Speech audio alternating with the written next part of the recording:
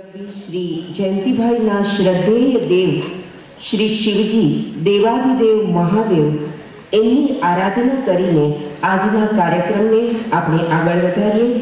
કોટક સ્કૂલની ધોરણ 12 કોમર્સની વિદ્યાર્થીની શિવસ્તુતિ રજૂ કરશે. રાણપુરા પ્રિયા.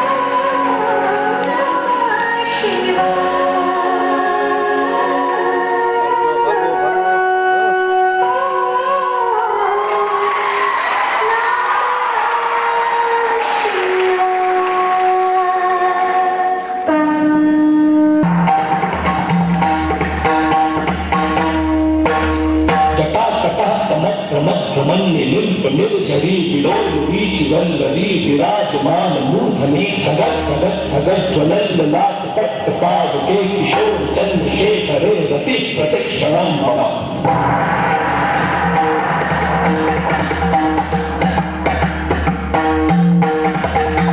नरेंद्र नंदिनी विलास बंधु बंधु रसुरक्ति विरुद्ध दुर्धरा पदी क्वचित दिगंबरे मनो विनोद में तु वस्तुनि.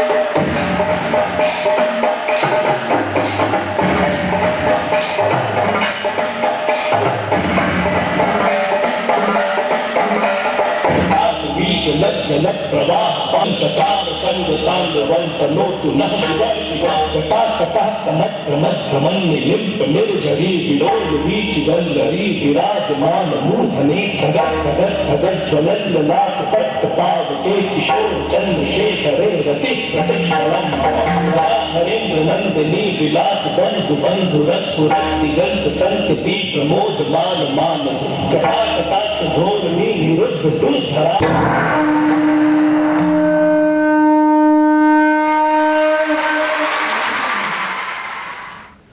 હજારોમાં એક પંડિત હોઈ શકે, વક્તા તો 10,000માં એક સારા વક્તા. આજે આપણું સૌભાગ્ય છે કે સારા વક્તા આપણને મળી શક્યા છે કાજલબેન જેવા. તો 10,000માં કદાચ એકાદ સારા વક્તા હોઈ શકે, પણ દાતા તો હોય કે ન હોય. તો આવા દાતાશ્રી જો માત્ર જ્ઞાતિમાં જ દાન કરતા, લોહાણા સમાજને જ દાન કરતા એવું નહીં, પરંતુ કન્યા કેળવણી માટે પણ એમણે પુષ્કળ દાન કર્યું. સમાજની કોઈ પણ સ્ત્રી હોય, વિધવા હોય, જેમને સગી વયના બાળકો હોય, એમને પણ ખૂબ મદદ કરી. માત્ર લોહાણા સમાજની જ સ્ત્રીઓ નહીં કે લોહાણા સમાજની જ દીકરીઓ નહીં, કોઈ પણ જ્ઞાતિની અને માત્ર સ્ત્રીઓ જ નહીં, કોઈ પણ વ્યક્તિને એમણે પોતાની દાનની સરવાણી ગણાવી. કન્યા કેળવણીકાર માટે કહું તો મને યાદ છે કે જ્યારે બાલ મંદિરના અને પ્રાથમિકના કાર્યક્રમોમાં આવતા, હાઈસ્કૂલના કાર્યક્રમોમાં આવતા, ત્યારે હંમેશા મોરબીજી જયંતિભાઈ એવું કહેતા દીકરીઓને કે મારે તમને પીજી સુધી ભણાવવી છે. અને છેલ્લે તો એમણે ઇંગ્લિશ મીડિયમ મહિલા લો કોલેજની સ્થાપના કરી કે મારે તમને વકીલ બનાવવી છે, મારે તમને એક સારા શિક્ષક તરીકે સમાજમાં ઉપસ્થિત કરવી છે. તો એમણે એમના જ કન્યા કેળવણીના હિમાયતી હોવાને કારણે રાજકોટ કેળવણી મંડળને અનેક કોલેજો અને શાળાઓનું એક ઘણી બધી શાળાઓ અને કોલેજો રાજકોટ કેળવણી મંડળમાં પ્રસ્થાપિત કરી. સૌપ્રથમ ઇંગ્લિશ મીડિયમ કોમર્સ મહિલા college, BBA college, B Ed college, BPEd college, law college, CA, CS, દીકરીઓ માટે અસંખ્ય શાખાઓ ખોલી નાખી અને આજ એમનો દીકરીઓ પ્રત્યેનો પ્રેમ દેખાતો હતો. એમના માટે કહું તો સંસ્કૃતમાં કહેવાય છે અન્નદાનમ મહાદાનમ વિદ્યાદાનમ મહત્તરમ વિદ્યાધામમ મહત્તમમ તસ્માત નિર્માતા ભવ. અન્નદાન એ મહાદાન છે, એના કરતાં પણ વિશેષ મહત્વ વિદ્યાદાનનું છે, જે આપણે સૌ કરી રહ્યા છીએ અત્યારે શિક્ષકો. અને પરંતુ વિદ્યાના ધામનું દાન છે, વિદ્યાનું એક ધામ બનાવવું એ તો મહત્તમ શ્રેષ્ઠમાં શ્રેષ્ઠ દાન છે. અને મોરબીજી જયંતિભાઈએ તો અનેક વિદ્યાધામો એ સમાજને આપ્યા છે. તો એમણે એટલું શ્રેષ્ઠ દાનની સરવાણી સમાજમાં વાવી છે. આજે જે શ્રીમદ ભગવદ ગીતાનો અધ્યાય મારી 1200 દીકરીઓએ કંઠસ્થ ગાયો, એની પાછળ મોરબીજી જયંતિભાઈની પ્રેરણા જ માત્ર હતી. એમનું અધ્યયન ઘણું હતું. એમણે શ્રીમદ ભગવદ ગીતાનું પણ ઘણું બધું અધ્યયન કર્યું. માત્ર એક જ મિનિટની મારે પૂછા કે બાપુજી મારે દીકરીઓને 15નો અધ્યાય કરાવવો છે, તો હું ગીતાજી આખી શાળાની દીકરીઓને આપી શકું? બહુ જ 30 સેકન્ડ, અડધી મિનિટ પણ એમને જવાબ આપતા ન થઈ. અને આવા તો દરેક પ્રશ્નોમાં દરેક વખતે જ્યારે પણ માર્ગદર્શન લેવા જઈએ ત્યારે ઇન્સ્ટન્ટ રિપ્લાય અને પોઝિટિવ રિપ્લાય. હા, કર, બસ. પછી કેમ કરું, શું કરું, કેવી રીતે કરીશ, કંઈ નહીં, હું બેઠો છું.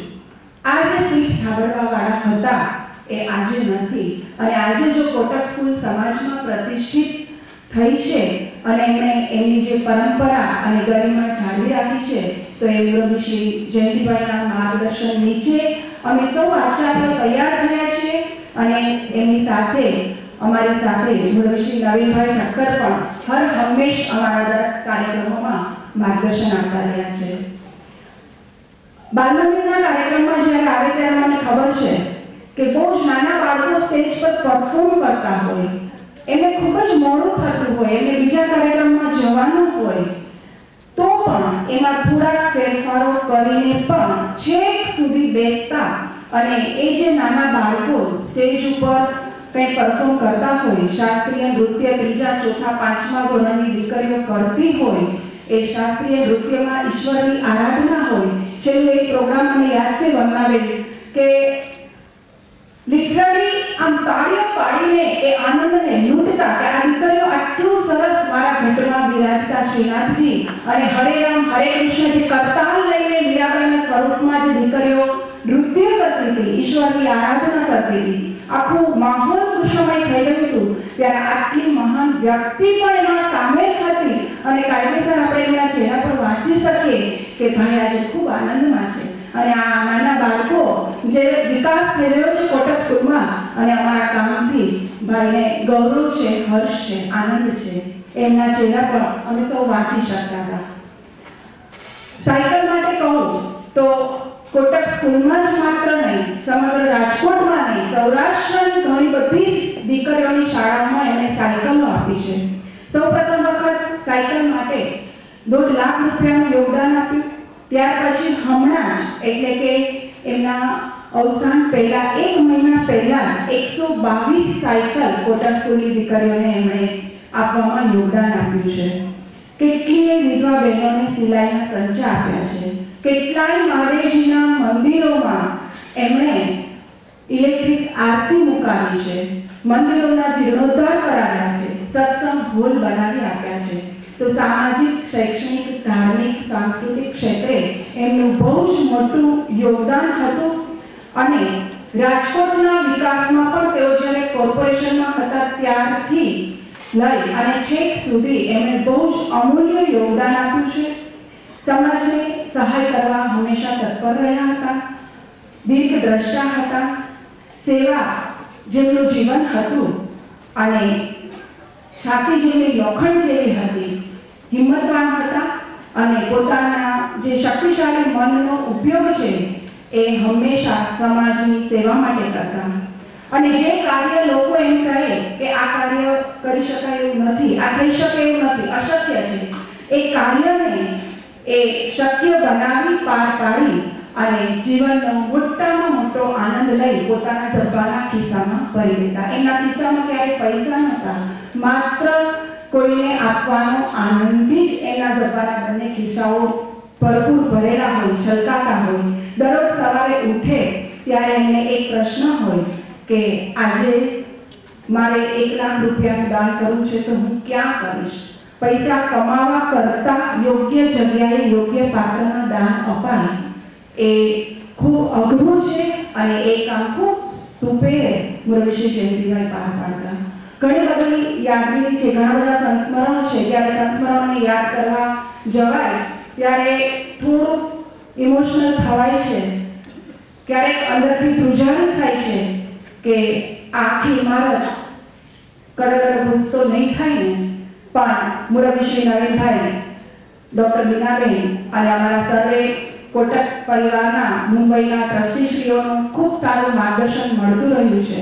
એટલે જ્યારે નવીનભાઈ મને થોડું સંસ્મરણોની વાત કરવાની કીધી ત્યારે પહેલાં તો એવું થયું કે નહીં બોલી શકાય, કારણ કે આખું નજર સમક્ષ બધી મિટિંગો, એમના માર્ગદર્શનો, એમની સાથે થયેલી વાતચીતો, દીકરીઓના વિકાસમાં, શાળાના બિલ્ડિંગના વિકાસમાં, દરેક આચાર્યોના સેલ્ફ ડેવલપમેન્ટમાં એમનો ખૂબ મોટો ફાળો રહ્યો છે.